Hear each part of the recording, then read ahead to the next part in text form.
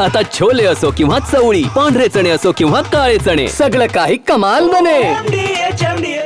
आज मी पर्यावरण मंत्री म्हणून जी मोहीम हाती घेतलेली आहे त्या मोहिमेच्या अनुषंगाने काल पुण्यामध्ये कार्यक्रम केला आणि आज मुंबईत कार्यक्रम करायचा आहे.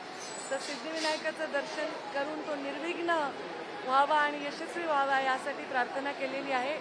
सिद्धिविनायक ट्रस्टला सुद्धा सोबत येण्याचं आम्ही विनंती केली आणि ते सुद्धा सोबत आलेले आहेत. आपल्याला 5 जून हा वर्ल्ड एन्व्हायरमेंट डे आहे आणि प्लास्टिक, एकल प्लास्टिक पूर्णपणे बंद झालं पाहिजे, त्याचा वापर बंद झाला पाहिजे यासाठी कार्यक्रम वेगवेगळे आम्ही करत आहोत. आज पुण्यश्लोक अहिल्यादेवी होळकरांची देखील जयंती आहे. त्रिशताब्दी वर्ष त्यांचं आहे आणि या निमित्ताने त्या काळात त्यांनी जो राज्यकारभार केला त्याच्यामध्ये जे संतुलन पर्यावरणाचं राखण्याचं काम केलं ते आता करण्याची आवश्यकता आहे. त्यामुळे आज एक सुंदर सुवर्ण योग साधून मी आले.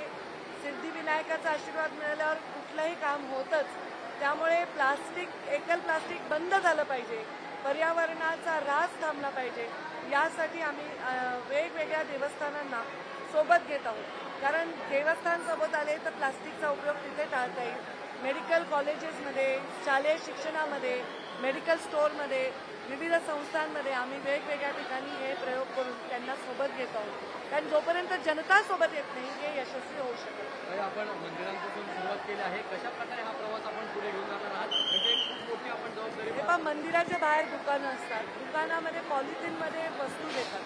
त्यांनी जर त्या दुकानांचं पॉलिथिनची वस्तू टाळली, मंदिरामध्ये पॉलिथिनमधनं प्रसाद आणणं टाळलं तर आपल्याला फार मोठ्या प्रमाणात यश येईल. इथे जे निर्माल्य असतं त्यातून प्लास्टिक बाजूला काढून रिसायकलिंगला दिलं तर फार मदत होईल. त्यामुळे आम्ही सगळ्यात जास्त देवस्थानांमध्ये, कारण खूप गर्दी असते इकडे, खूप लोक एकल प्लास्टिक वापरू शकतात, तर तिथून जर आपण सुरू केलं तर यशस्वी होईल. काही खरं तर व्यापारी आहेत त्यांचं असं म्हणणं आहे की ज्या प्लास्टिकच्या कंपन्या आहेत त्या बंद, आम्हाला कारवाई करण्याच्या विधा बंद झाल्या तरी त्या बंद करण्यासाठी कठोर पावलं हे आम्ही उचलत आहोत.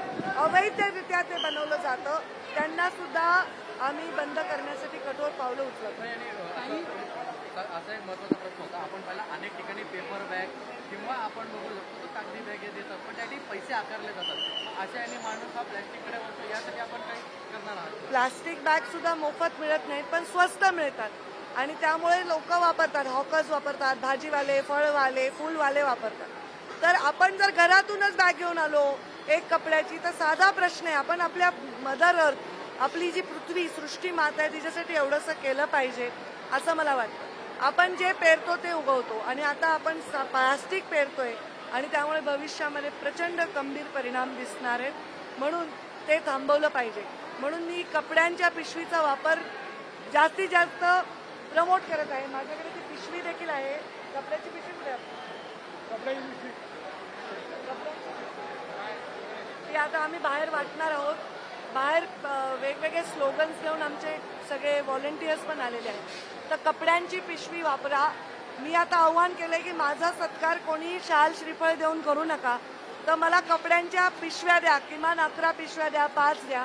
मी ते प्रमोट करेन कारण हे फार अत्यंत काळाची मोठी गरज आहे. तर एकल प्लास्टिकचा वापर टाळा असा माझा आग्रह आहे. वाह, काय आता मिळाली का चव? होय तर आता मिळाली खरी चव. MDH चंकी चाट मसाला, जीवनाला खऱ्या चवीचे रंग. असली मसाले सच MDH.